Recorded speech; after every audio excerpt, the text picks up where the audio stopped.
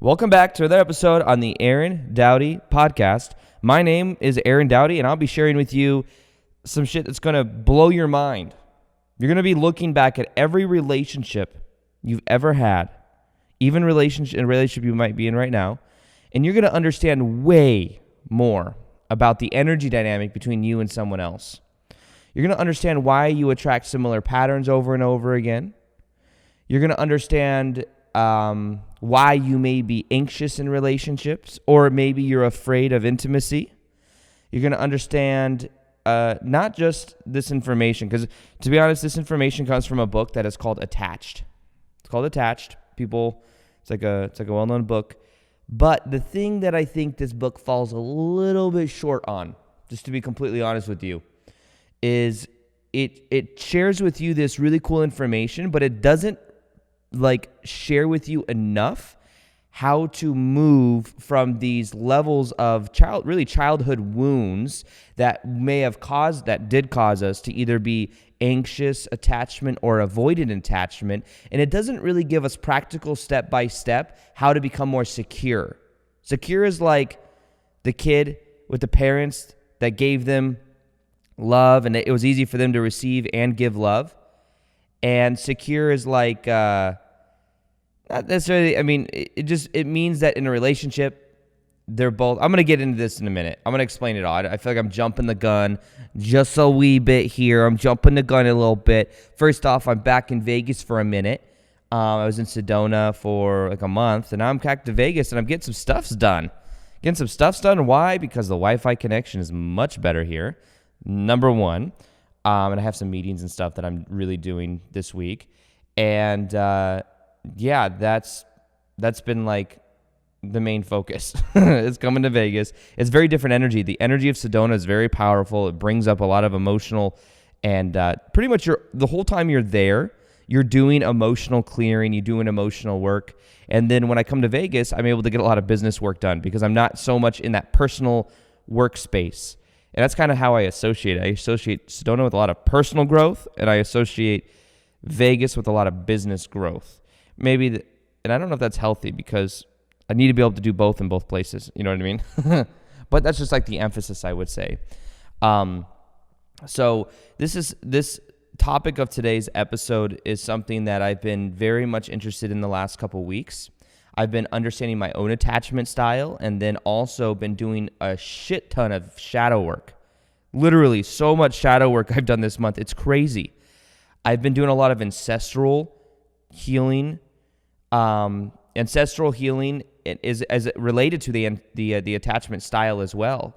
Ancestral healing has to do with the energy of our parents, of our ancestors, of our parents, and then also our parents' parents. And think about this. Yo mama was in her mama's body at one time, which means the morphinogenic field of her body then has imprints and patterns that then is within your mom's body, which then is inside of your body. And there were certain patterns in my life that I never really understood why they were there. Like, for example, I thought I had a feminine wound. And I thought that this feminine wound came from my ex-stepmom because many of you know my story. Between the ages of 7 to 15 years old, I had the abusive ex-stepmom in my life who was emotionally, mentally, and physically abusive. And then 16 came around and my dad divorced her and never had to really deal with her again. But I feel like I don't really trust the feminine energy in my life. And I found myself to when I start to get too close, and I'm almost afraid of commitment. I'm afraid of getting married. I think that's kind of what it was. And that's something that through ancestral work, I've been letting go of more and more because I see that my dad went through divorce with my ex-stepmom, and she's a narcissist. So she's like compulsively lying about things that aren't true. She claims she made like $30K a year when in actuality she made like so much more than that. So then my dad had to pay her more. So I saw all these energy dynamics playing out. And I was like, whoa, I've built my own business. Like, I don't want to deal with that. Assuming that if I met somebody, it would be somebody like that. You know what I mean? So it's like these beliefs aren't necessarily, they don't really make sense once you think about it, but the pattern is there where it's like, I gotta hold off from really trusting the feminine, and that energy. So here's the thing. I thought that was my ex-stepmom, that situation that had me, believing that. And then I had to go within and take responsibility for that and change the way that I relate to feminine energy. But I started doing some ancestral work. Ancestral work means I was doing these exercises. I have my friend, her name is Bridget. She teaches this stuff. She teaches ancestral healing, and she's done this work called constellation work, which is where there's different energy dynamics that you play out. It's almost like acting and channeling. And what you normally do is you have a group of people, and what you do is people begin to just think, they begin to pick up on the energy patterns of something that existed in the past. And then as they're playing out these energy patterns, people are able to feel and heal these different energies that exist within. So in Bridget Nielsen's course, I checked this out, and she recommended it to me because I was telling her kind of what I was working with and what I was going through, and her boyfriend were like, dude, you need to go through this ancestral healing stuff. This is going to really help you. And I just felt such a calling to do it. So I ended up doing this ancestral healing work these last 2 weeks, and it has been life-changing, life transformational. I didn't know this. This is going to sound crazy to some of you. But when we talk about attachment style, think about the energy of this ancestry-wise. So my mom, she ran away when she was young, when she was when she was 12 years old because of abuse. And before that, she ended up becoming she had foster parents, which is the people that I consider my grandparents. I never really met my grandparents on my mom's side, and I just knew there was trauma, but never really looked too far into it. What I found out was that my mom's mom was very neglectful, and she was addicted to alcohol. And because she was neglectful, there was a feminine wound within my mom. Not only that, this gets even crazier. The mom was so neglectful that my mom's aunt, my aunt, so my mom's brother and sister, she had 2 brothers and sisters that passed away out of the 5 kids. So she had 3 brothers and sisters that were alive or something like that, or 2. I don't even know that much about, I know some of my aunts on that side. But to find out that when 2 of the kids passed away, it was because it could have been because of abuse, apparently. My mom's almost positive of that. And what I learned during that constellation work is as I was channeling that energy and feeling that energy, I realized I believe that my mom was the soul that was, because here's the thing. The 2 kids before my mom, their name was Patrick and Patty. And then my mom's name is Patty, and she hates the name Patty because she was named after the kids that passed away. I think that it could have been my mom's soul coming in after passing away, the 3rd time. And then, of course, she's not going to trust her mom because her mom was neglectful and was the reason she passed away due to abuse or whatever it was. Think about how crazy that is. I know that's intense. I know a lot of people have been through even crazier stuff. So there's different degrees to it, but I can only imagine, the feminine wound of not trusting that was to be my mom, and I was in my mom's morphinogenic field. That could be inside my field. So as I began to heal these energies, to become aware of them, I began to release them. And as I began to release them, I started to feel free. I started to feel like I was letting go of so much baggage that was over me. And I now am able to trust the feminine in a new way. And now that I trust the feminine, new opportunities. It's almost like I was blocking out potential opportunities in my life because of that energy pattern, that energy dynamic. It's interesting how this works. Now, it's funny because this episode I'm going to have go out before Halloween. This is a month of connecting to your ancestors. It's very powerful for that. There's equinoxes and all these powerful full moon things. This is the most powerful time to be doing this ancestral healing work. And I've teamed up with Bridget so that you can go through the same exact course that I went through. I'm telling you, I've already been through it. It is amazingly powerful. And I asked her to do a favor for me. That favor is she's giving it at the best price it'll ever be. The price will be going up soon, and it will never come back down to the price that it's going from what it's going back up to. It's if you go to aarondoughty.com/family, AARONDOUGHTY, patreon.com/family, FAMILY. You will get that deal and be able to join at the lowest price you will ever see it.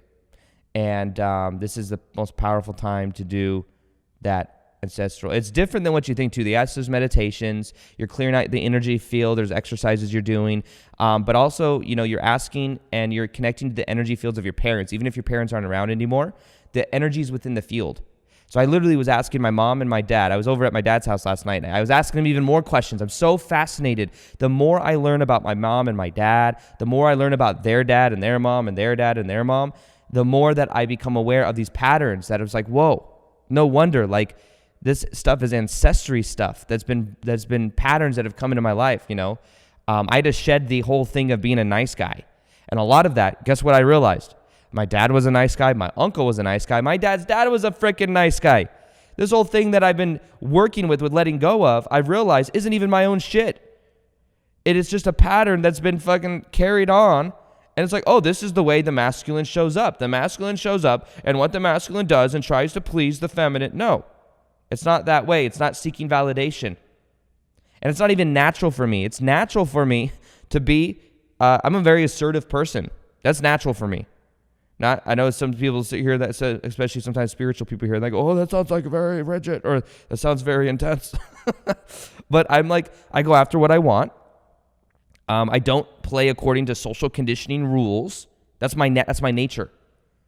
But because of the me becoming aware of this, it's so much easier for me to transform because I see it's not I take responsibility for it, but I understand where it's coming from, and then I'm able to heal it. And then as you heal now, you're healing your past family ancestry line, and then you're also healing it for your kids, and you're healing it for your future timelines as well. And I know that sounds very esoteric, but ancestral healing it's really connected to these 3 attachment styles that I am about to share with you. So one final time, if you want to join the ancestry healing process with Bridget, this is the lowest price you'll ever get to see it. You go to Aaron Doughty, AARONDOUGHTY.com/family, FAMILY. Anyways, let's get into this episode. Attachment styles. 3 different love attachment styles. Now, the first one, anxious. The second one, avoidant. The third one, secure. Okay, now, just to make this really easy to understand, these are all related to our sense of worthiness and love. And the reason we are either anxious, avoidant, or secure has to do with some childhood reference experience that we've had, sometimes even a childhood trauma that then has us being, acting, and feeling a certain way. So let's first talk about anxious. An anxious attachment style is somebody that pulls close, somebody that craves love. The attachment style of anxious is somebody that wants that validation of maybe constant reassurance. The anxious attachment style is somebody that's very attentive to their partner and wants to pull close. Now, I'm going to generally explain each, and then I'll go more in detail. So avoidant is where they push away. Avoidance, rather than want to get close for reassurance, they want space because they feel more safe in being independent and being in their own energy. And then they do getting close to somebody. And avoidance a lot of times may have issues being too intimate. They may have issues committing. And it's an energy where I'll explain more of the childhood root experience from that, but it's more so wanting that space and wanting to push away rather than pull in or lean in. So it's like the anxious hey, I want to talk, and then the avoidance not right now. I don't want to talk right now. I want to go in my own room. I got to need my space. Secure is the best of both worlds. Secure is somebody that's both independent but not afraid of intimacy. So they're independent. It's almost like their cup is full. And they're able to give and receive love easily. Now, first off, let's talk about the childhood experiences of this. So if the child is brought up, the baby's brought up, and the child is led to be able to give and receive love equally, and feels maybe a lot of self-confidence and self-esteem was infused into the kid growing up, then it's very easy for them to give and receive love and to know that they're worthy of love. So that's the good one. Now, a lot of people listening to this right now, you're going to be either anxious or avoidant. Only because if you're interested in love attachment styles, it means that there's some type of attachment. It's funny, secure is considered an attachment style. I mean, I guess it, when it, I don't think secure really is an attachment. If you think about it, like your cup is full, you're not afraid to get intimate with someone, but maybe it's because you could be like interdependent or something like that. But anxious or avoidant, and here's the thing with anxious and avoidant, they're magnets for each other. Anxious, you'll notice in most relationships, because there's polarity, you have an anxious person that's with an avoidant. Avoidants do not really attract each other because they both want space. Like, give me space. Why can't we be together? Well, we're all the way over here. That's kind of what happens with avoidance. So let me give you some signs as well. I wrote some stuff down, and it's going to help you understand. So if you want to know which one you are, okay, let me ask you a question. You guys ready for this? Okay. Do you often worry that your partner will stop loving you?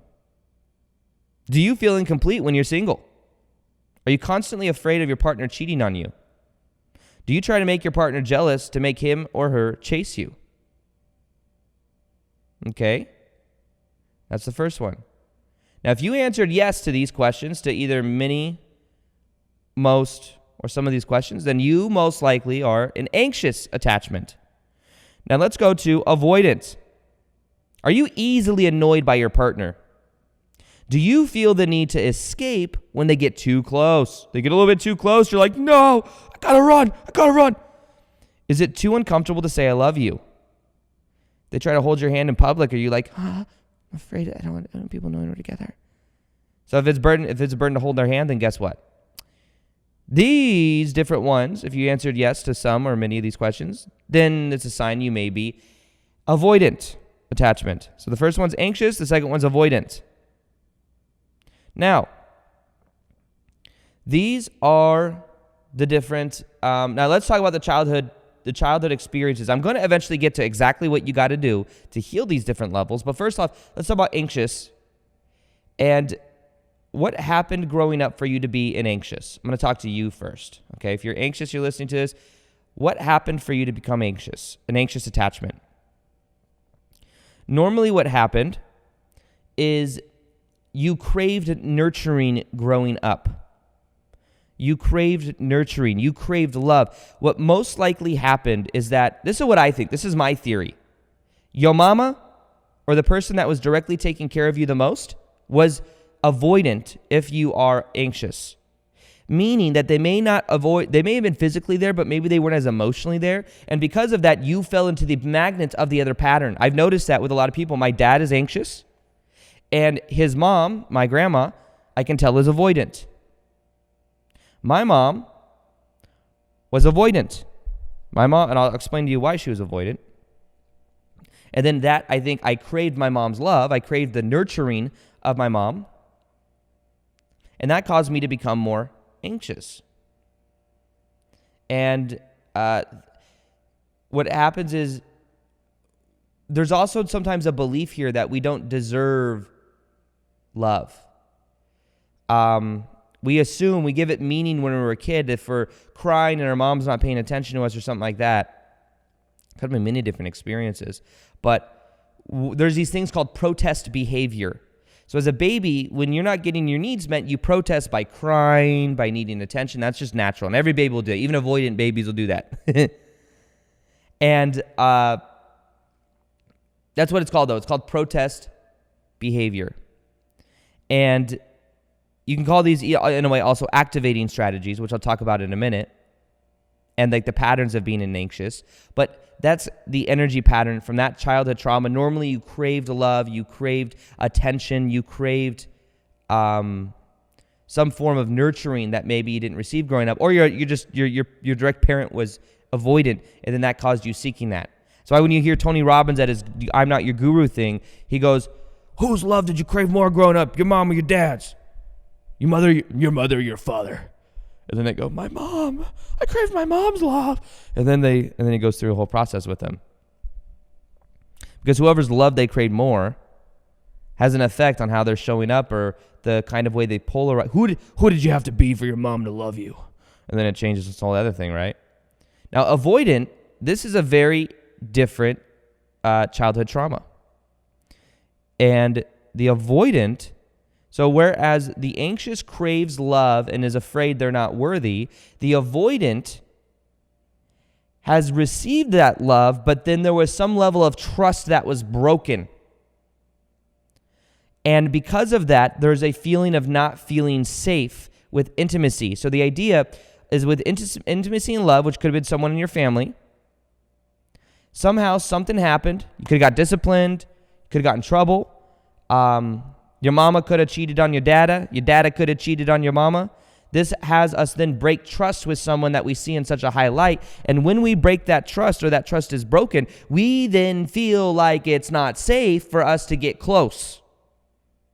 So the avoidant is afraid of getting too close because that feels not safe. So the challenge with the childhood trauma of avoidant is that the avoidant feels not safe and like it has to protect itself, and the anxious feels not loved and craves that nurturing, that love. Now, this is why the anxious is leaning in to the avoidant they may be with, and the avoidant's like, this doesn't feel safe. I feel like there's I have this fear of intimacy. I don't want to get too close. I feel more safe being independent because in the past that trust was broken. In the past, I trusted my mom. I trusted my dad, and they broke my trust, and then I didn't feel safe. And because of that not feeling safe, then it's an association that love is not safe. So this is why a lot of what avoidance will do is avoidance many times will attract either people that are emotionally unavailable, because when they're with people emotionally unavailable, they don't have to worry about getting too close. And there's different activating strategies of each. Now, what I mean by this is there's ways the anxious will try to get their needs met, and there's ways the avoidant will try to get their needs met. The secure is like that. Think of these like three kids. The secure is the good freaking kid that's just on to the side right now. We're not going to be talking as much about secure except for to learn from them. But the anxious and the avoidant are the ones where we're healing that childhood trauma, that childhood pain. Now, because the anxious wants to be loved, wants validation. You'll notice as well that a lot of times the anxious is worried that the avoidant or the partner may not love them enough or may leave them. Here's the anxious attachment style activating strategies.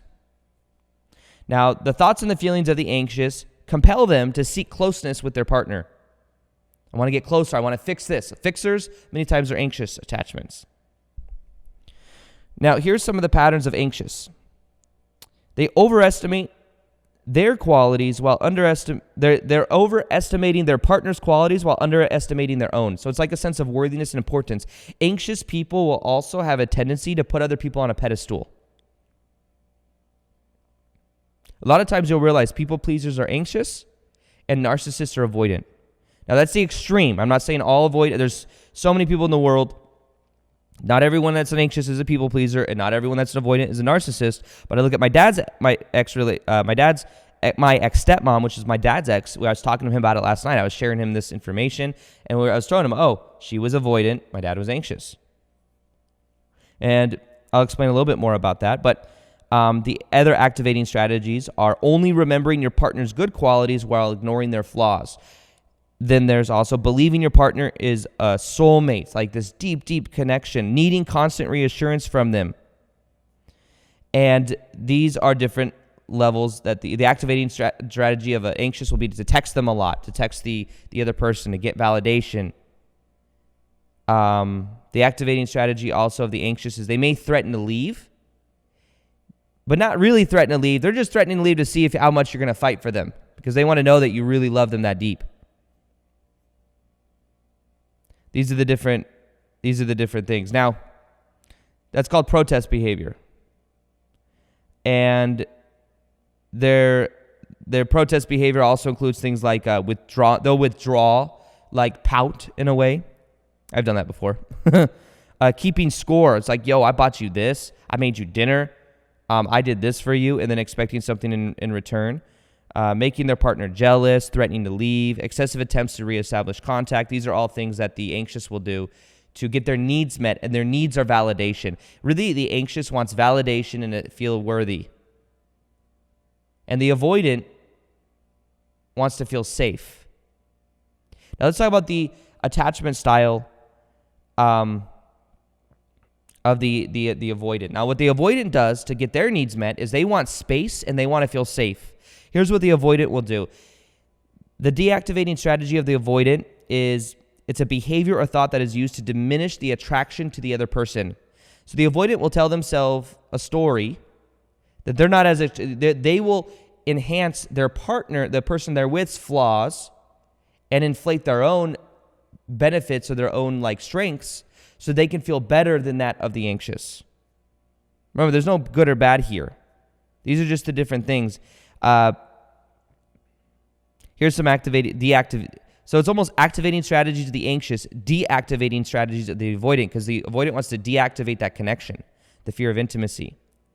So leaving when the relationship is going pretty well, being unable to say, I love you, this is for the avoidant, thinking you are not ready to commit, now's not the right time, falling in love with the person that is unavailable, keeping secrets, being unfaithful. Not all avoidants cheat, but avoidants are much more likely to cheat than anxious. Avoiding sexual contact, that's another one. Find that people that are more avoidant are, they're afraid of that intimacy, and a lot of times that sex, unless maybe in avoidance, also sexual styles as well. I've noticed that some avoidants, they like different type of sex than anxious people. Avoidants may not want to make as much eye contact. They may like it a little bit more. They may like it. It's just a different style. I don't know how detailed I want to go with this, but there's definitely a difference in sexual energy of an anxious person who wants that closeness, and then an avoidant who more so doesn't want to get too close, so it's just a different, rougher energy that is preferred. Now, here's some of the other deactivating strategies of the avoidant. The avoidant has this thing where it's called the Phantom X, or looking for the one. It's looking for the one of the Phantom X. So because avoidants fear intimacy, they don't necessarily want to admit that to themselves. So what they do is they fall in love with people that are emotionally or physically unavailable, or an idea of somebody. A lot of times, when an avoidant and an anxious break up, the anxious will take it a little bit harder at first because they're pulling close, they crave that love. And what happens is the avoidant at first looks like it's all cake, it's all roses, and it's all good, right? What eventually happens, though, is the avoidant has this idea of the one. It's like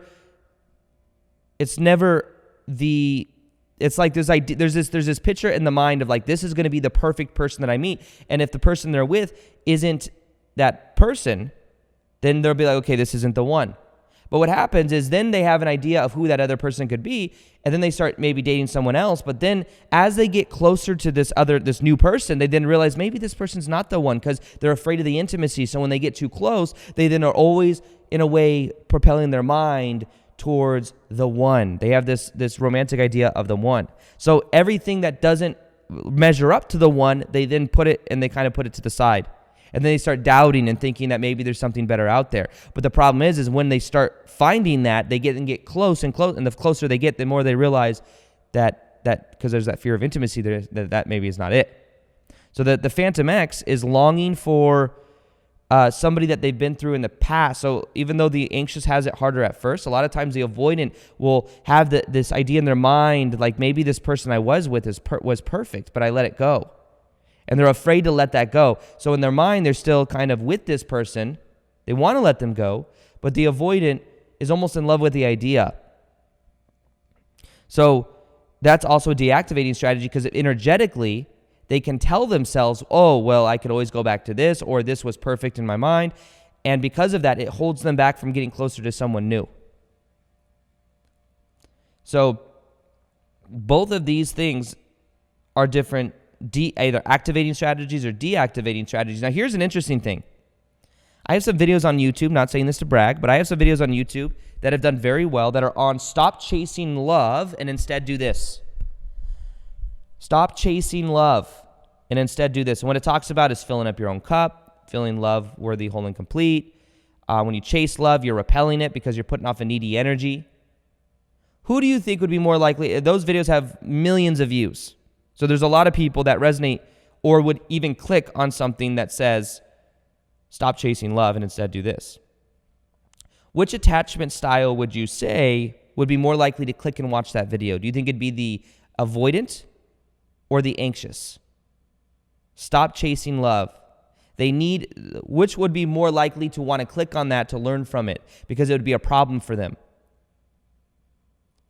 Of course, it would be the anxious. The anxious is like, oh, I'm chasing love. It's not working. I'm repelling. Then they watch the video and they're like, oh, I got to fill up my own cup.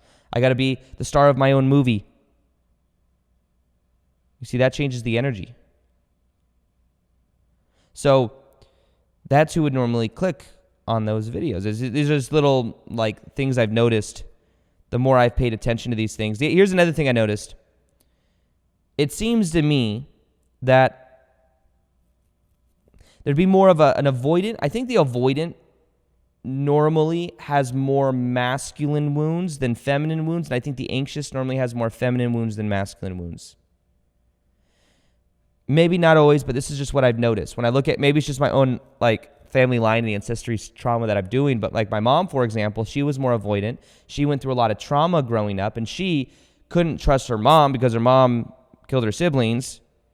And also, I think that sibling was my mom's, like soul, and then came in through like 3 times. That's why her name was Patty, Patrick, and then Patty again.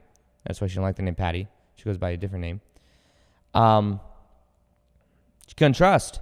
Also couldn't trust her own dad. There was abuse there too. But then again, there was that feminine wound as well that I think was carried through the morphogenetic field that I worked on, that I had to heal. However, I looked at my ex-stepmom, for example, and she was abused by her dad. She has a masculine wound, and she was avoidant and she had to become somebody to feel safe, and she had to like control things in order to feel safe. So the avoidance trauma is around safety, and the anxious's trauma is around love and worthiness and validation. And then secure, you're just freaking good as dandy. If you're listening to this and you're secure, congratulations. That's amazing. You give and receive love easily. It's easy for you. And that means that you were modeled that growing up. And and the goal is for anxious and avoidant to become secure. And I'm going to share with you exactly how to do this. Okay, this is kind of where what the book says, be with someone that's secure. If you're an anxious, be with someone that's secure. Now, the problem is that there's more avoidance in the dating pool, because avoidants like to be single because they like their independence. Anxious sometimes a pattern of the anxious is they'll stay in a relationship far too long than it needs to be. It's harder for them to let go initially. So it's interesting because the anxious, it's harder for them to let go, so they stay in a relationship. Secures are normally taken because they feel confident, independent, but they also feel confident in relationships. So a lot of them are already in a relationship. So the goal is to become anxious to secure or become avoidant to secure. And you can be a mix of both, by the way. I'm more secure now than I've ever been. So I'm moving and transforming into that, and you could be as well. You could be avoidant, becoming more secure, which means you're working with your feelings of intimacy and vulnerability. Be anxious and becoming more secure, which means you're nurturing yourself and you're giving yourself the emotions and validation you crave. Now, let's talk about healing this trauma and what to do step by step. Now, if you're anxious, I'm going to talk to you first. The thing I recommend to you as an anxious attachment is to, first off, nurture yourself. Give yourself the love you crave. I used to tell myself that I crave the feminine nurturing energy. I want to be with some woman I meet that is like, very nurturing to me, looking out for me. That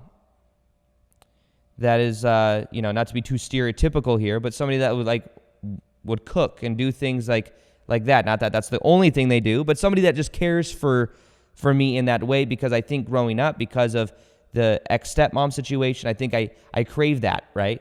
And because of the childhood, the whole anxious avoidant thing, I think I crave that.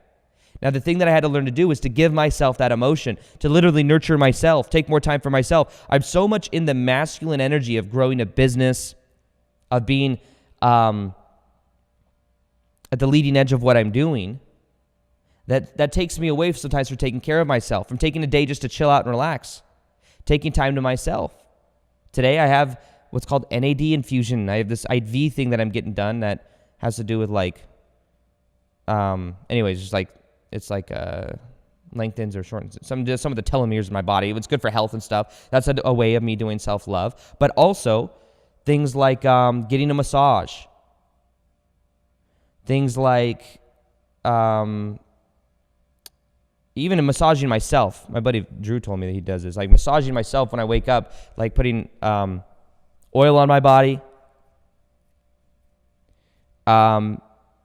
Making treating myself to certain good foods. Like I'm so strict, I wear this thing that tracks all that tracks how many calories I burn in a day and all this stuff. And it's like sometimes letting that go and like focusing on myself, nurturing myself, giving myself the love and validation. When I'm seeking validation outside of myself, giving myself that validation and remembering that that's what's most important. Seeing myself as a self-image of already being whole and complete. So that's kind of the surface thing I'm going to share with you. The deep thing to do for each of these, though, in a sec. Now, avoidant, it's another thing. The avoidant is focusing on working on your own sense of trust with yourself. So the anxious craves the nurturing on the outside, but instead needs to give the nurturing to themselves. The avoidant craves and is afraid of trust because the trust was broken. The key is to actually start to trust yourself more, trust the universe more, and also to be okay with being vulnerable and intimate. And you can even start with that in your own life. You can open up to a family member. You can open up to the person you're dating. And then focus on starting to trust more and more. A lot of times avoidants don't trust masculine energy in their life or the feminine energy in their life, and therefore they have to put up that shield. So women many times will become depolarized because they're trying to put up their masculine frame. And on the other side of that, it's like the same thing with the anxious. They feel like they have to nurture that. They have to, it's almost like they're afraid of their own feminine or masculine energy. We all have both feminine and masculine energy inside of ourselves. It's just that sometimes we wear a mask of one because of the trauma of this childhood stuff that I've been talking about. So if you want to feel and trust yourself more, begin to focus on why. And you'll realize that when you look to your past, you can find times where you could actually trust yourself. But for some reason you didn't.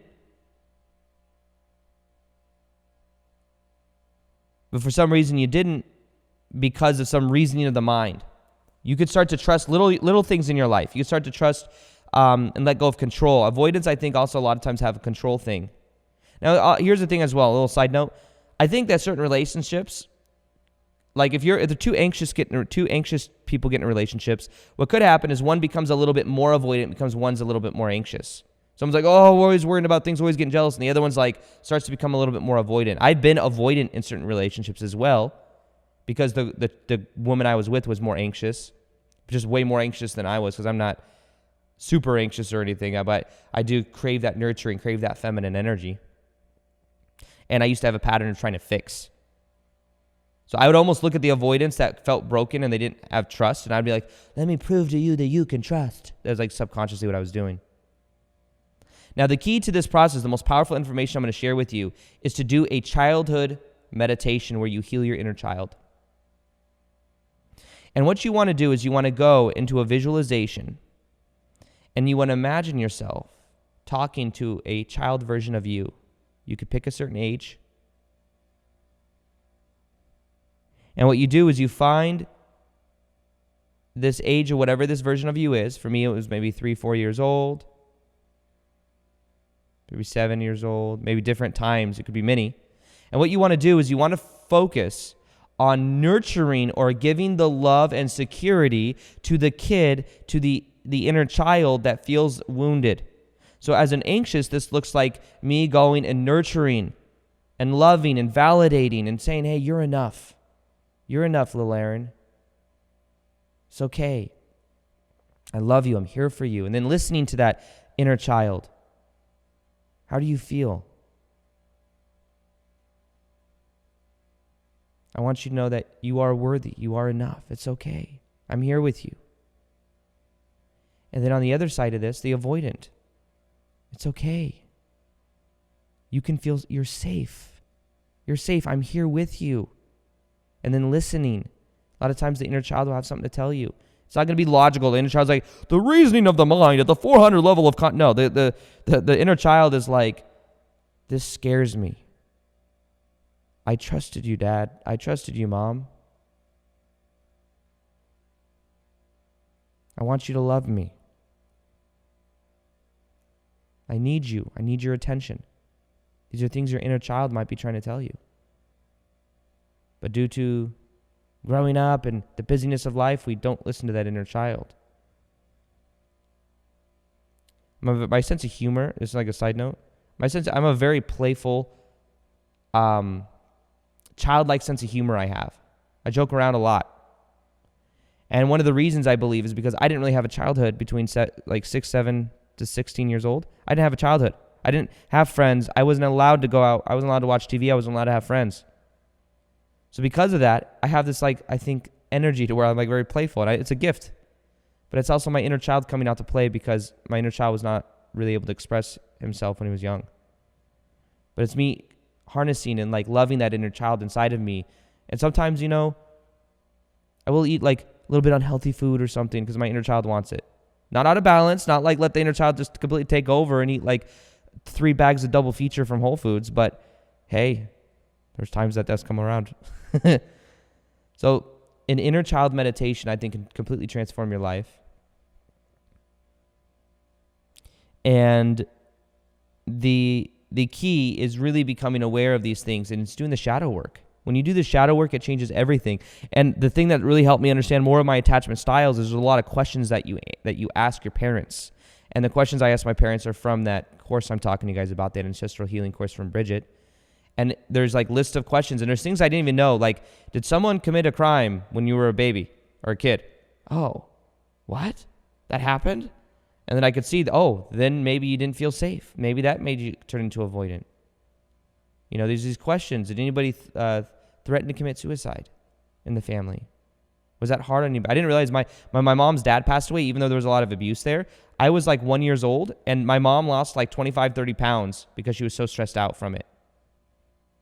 I didn't know that. Is it as relevant? Well, if I'm 1 year old and I want the attention of my mom, and my mom is emotionally in turmoil because her dad passed away, then maybe that had an effect on my growing up. You see what I mean? These patterns that you become aware of, you can then begin to heal and send energy back in your timeline. So like I said, if you want to learn step-by-step how to do this, go to Aaron Doughty, AARONDOUGHTY.com/family, FAMILY. If you'd like me to make that meditation, by the way, the Healing the Inner Child meditation, let me know. What you could do is you could share this podcast episode in a screenshot on IGTV, on IG Stories, and let me know that you want me to make that meditation. I'll be sharing these. And that's also so that I could see it, because there's no freaking comment section like on YouTube. So if you want me to know that, then you do that, and then I'll make that meditation. Anyways, I love you all. Realize you can change as well. Here's the thing. As much as these are powerful for understanding energy dynamics, don't get caught up in the story. Don't keep telling yourself, I'm an avoidant, I'm an avoidant, I'm an avoidant. You are motherfucking secure. You become insecure. You're not anxious. You're becoming secure. And it's not just a story you tell yourself. Do the inner work. Pull out the inner childhood dependency and start to give yourself the emotions you crave. Heal your inner child, and you will begin to heal. But don't get too caught up. As you change now, you're changing your past timeline. You're changing how you relate. The only moment that exists is this moment right now, and your past does not equal your future. So when I say that, it's you don't have to always be anxious. You don't have to always be avoidant. You could start to see yourself as somebody that's more already whole and complete. As the anxious, you could see yourself as already able to trust yourself. This is all about relationship with self. The anxious doesn't feel like they're worthy, and they're putting someone else's happiness outside of themselves, so they're craving it. The key is to give yourself that validation. The trust and the avoidance, they push away the trust, but if they start trusting themselves more, they can then trust and be intimate and have closeness and intimacy with somebody else. And then as you become more secure, you're going to attract somebody more secure. So fill up your own freaking cup. That's the point of this episode. Anyways, let me know what you guys thought of it. If you could do me a favor and review it on iTunes, that'd be amazing. If you don't have iTunes, find a friend that has iTunes, an iPhone, and then just review the podcast. It really means the world to me, helps the podcast grow.